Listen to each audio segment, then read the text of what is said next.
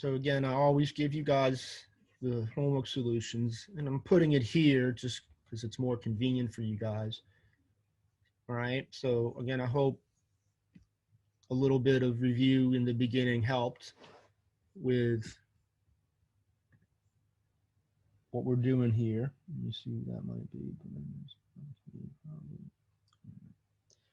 So anyway, when you're determining if a relation is a function, depends upon what you're given. So if you're given coordinates, like number one, again, I know you can read, I'm just elaborating. What you want to do when you're given coordinates is check, are there repeated x values? If there's no repeated x values, it's automatically a function. Because the issue we're looking for, oh, thank you, is do we have the same y when we're given the same x? We want the same x to produce the same outcome. And so if we have a repeated x, we want to check to see if the y's are different. If we have the same x but different y's, that's inconsistent. We don't call that a function. Okay, so the input x needs to produce the same output y. Okay, so we didn't have repeated x's for number one, automatically a function. Okay, and then two, this is a graph. And so you can use the vertical line test. If you can go up and down and cross the graph more than once, then the graph is not a function. And so if you go up and down, like right here at -2, then notice you're going to get two different y's when x is -2. So which one occurs? It could be the one on top, it could be the one on bottom. So that's an inconsistency. So we don't call this a function. Okay, again, if we have mapping notation, then what we want to check, are we pointing from the same input to two different outputs, right? So if we input something, the process needs to output the same result. If the same input gets two different results or more, then that's inconsistent. But if you look at the mapping notation, each of these input numbers are pointing to only one output number. So you'll always get consistency.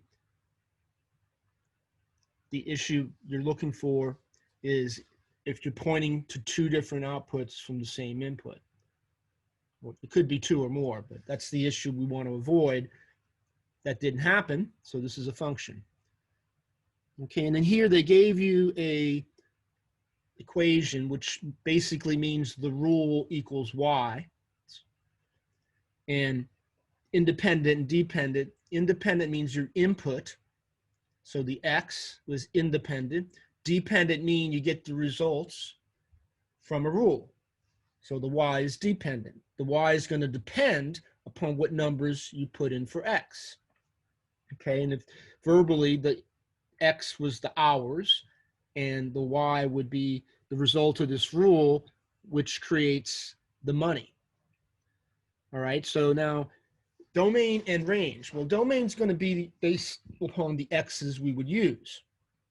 Well, in this situation, we got to think, okay, we're talking about a babysitter, so we can't have negative numbers, right? And since they told you you only did this for 4 hours, that's why the domain is written between 0 and 4 with the compound inequality. Now, what are the range? Okay, so what's the possible amounts of money? Well, you can just use the rule with 0 and 4. So if you put 0 in here, you get 100. If you put 4 in here, you get 4 times 10 plus 100. So the amount of money you could make as a babysitter in this situation would be somewhere between 100 and 140. And that's why we state that compound inequality. Okay, then here what we're doing is we're checking to see if we have a linear process. And so this is where we want to see how we go by on the x's as we go to the right, see how we go by on the y's if we go on the right, see if it's consistent. With the example, notice it's not, because the y's are changing how they add, whereas the x's didn't change. So if you look at x for number 5, as you go to the right, it looks like you're adding 5. And then when you look at the y's, as you go to the right, it looks like you're subtracting 3. So that's consistent, okay?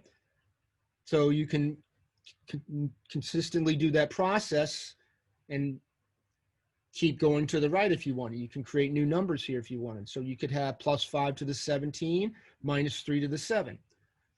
So we call that the rate of change, okay? The process we're using to change as we go to the right is consistent. So that's linear. Now, 6 is not linear. As you can see, this curves. It's not a straight line. Okay, so there's no way this could be a linear process for that reason. Okay, and then 7, they gave you, again, the equation here, which means the y equals the rule. And in the context of this problem, we're talking about money based upon movie tickets. Okay, so when you talk about the domain, if you're going to buy movie tickets, if that's X, then it has to be whole numbers. Okay, now one thing that's true is this is going to become negative at some point. So there's no fraction here multiplied to X.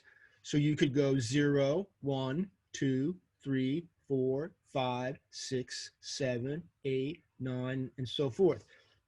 At some point, this will become negative, which would make no sense in the context of this problem. If y became negative, that means dollars are negative. Okay, so let's go ahead and solve this equation and see when y is 0. Okay, so if we solve that equation and see when y is 0, and I'll point out why this is useful. So solving this, so I'm going to add 8x to both sides. Okay, and then when you divide by 8, this is going to become 7.5. Okay, so we can buy up to 7 tickets because once we go 7 to 8, this is going to become negative, which doesn't make any sense because if the y represents money, negative money isn't plausible for this situation. So that's another way to think about why these are the choices. And again, we call this discrete because we can count the number of solutions, right? Just like the Steph Curry problem, okay? Just like when we were picking multiples of the denominator and we got integers, we could count them, okay? So in the context of this problem, that's why we call that, all right? All right, now here, what you're doing is you're interpreting the rule and the function notation. So when 8 and 9 occurs, evaluate means you put these numbers into the rule. So you're only looking at the rule. This notation is saying the rule for this function is x plus 8. Okay, so we just replace the x with -3, 0, and 5. So -3 plus 8, 0 plus 8, 5 plus 8. And that's how you get these 3 numbers. The same thing with 9. You replace the x with the rule. So you do 4 and then -3 times. Again, be careful because you might goof up when you do the negative, but that's what you should get. Now 10 and 11, they're asking you, what is x if the rule equals this number? So that's why they're giving you 2 parts here with a semicolon. So the first part, they give you the rule, 7x. The second part, they're telling you what 7x equals.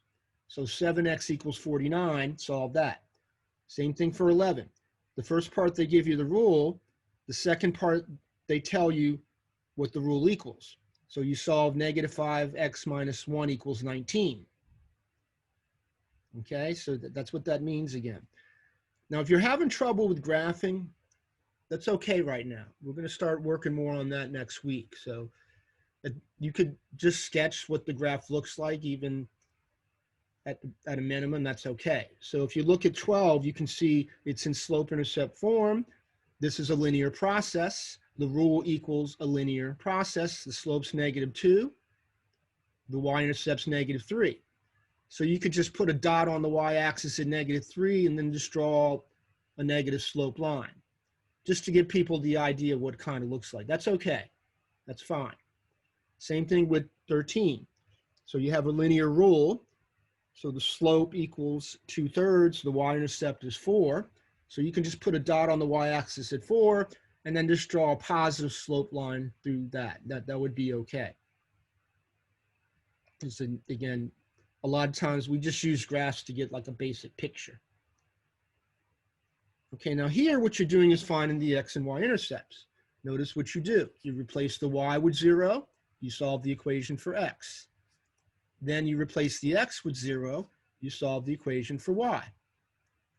Okay, so that's what you're doing with all of these. 16 and 17 are a little different. We'll go over that in a minute. So notice you replace the x with 0, you wind up dividing 16 by -4. You replace the y with 0, you wind up dividing 16 by 8. Okay, and so that's how you get these two coordinates, and then you can just connect the dots. 15, the same thing. You replace the y with 0, you wind up dividing 36 by -12. You replace the x with 0, you wind up dividing 36 by -3. And then you put the dots and you can connect them. Now 16 and 17, you got to interpret because you're only given one variable. Okay, so if y equals -5, that means y is always -5. So what line would that be? That would be a line that goes left and right. Okay, so this has no x-intercept at all. It crosses only the y-axis at -5. For number 17, that says x equals 6. So that means x is always 6. And if x is always 6, we've got to draw a line up and down through the x-axis at 6. So this one has no y-intercept at all. It only crosses the x-axis, and the x-intercept would be at 6. Okay, and then this last part. Now again, if the graphs are a little bit tough for you, we're not worried about that right now because we're going to be working on that a little bit more. But I am going to go over it. So again, what people do is they put a dot on the y-axis, and then they go to the next dot on the right, put a dot, and then connect. Okay, you could be more systematic about it, but that's what these graphs are doing that I'm showing you. Okay, so now 18 is already in slope-intercept form because it's solved for y equals. Okay, so 2 is the slope, 2 over 1, 4 is the y-intercept. Okay, so notice they put a dot on the y-axis at 4, and then they went to the right 1 up 2, and put the next dot, and then just drew the line. Okay, 19, you got to add 5x first. So y is going to equal 5x minus 10. So 5 is the slope, 5 over 1. -10 is the y-intercept. Okay, so notice they scaled this a little bit differently, but they put the dot where -10 would be. And then if you go up 5, -10 plus 5 and over 1. So this is now at y -5, x 1. Okay, and then here, you got to subtract x first, then you got to divide by 3. So if you subtract x and divide by 3, you're going to get 3 minus 1/3 x. Okay, so notice put the dot on 3 and then went down 1 to the right 3. Because if it's 1 over 3, that means rise over run. So down 1, right 3, and we're going this way because it's negative. And again, the x-intercepts, you just replace the y with 0. So replace the y with 0, subtract 4, divide by 2. Replace the y with 0, then you divide -10 by -5. Replace the y with 0, then you get x equals 9. Okay, and then 21 was verbal. So it implied the slope when it said the dependent variable, which would be the y, the rise, decreases 2 units. For every 3 units, the independent variable increases. So the run would be the x, the independent. So this means -2 over 3. That's the slope. And this is just a fancy way of telling you the y-intercept. When you input is 0, the output is 2. So the y is 2 when x is 0. Okay, so notice they put the dot on the 2 y-axis, and then since this verbal statement implied down 2, write 3. That's what they did. They went down 2, write 3, put the next dot, and then connected.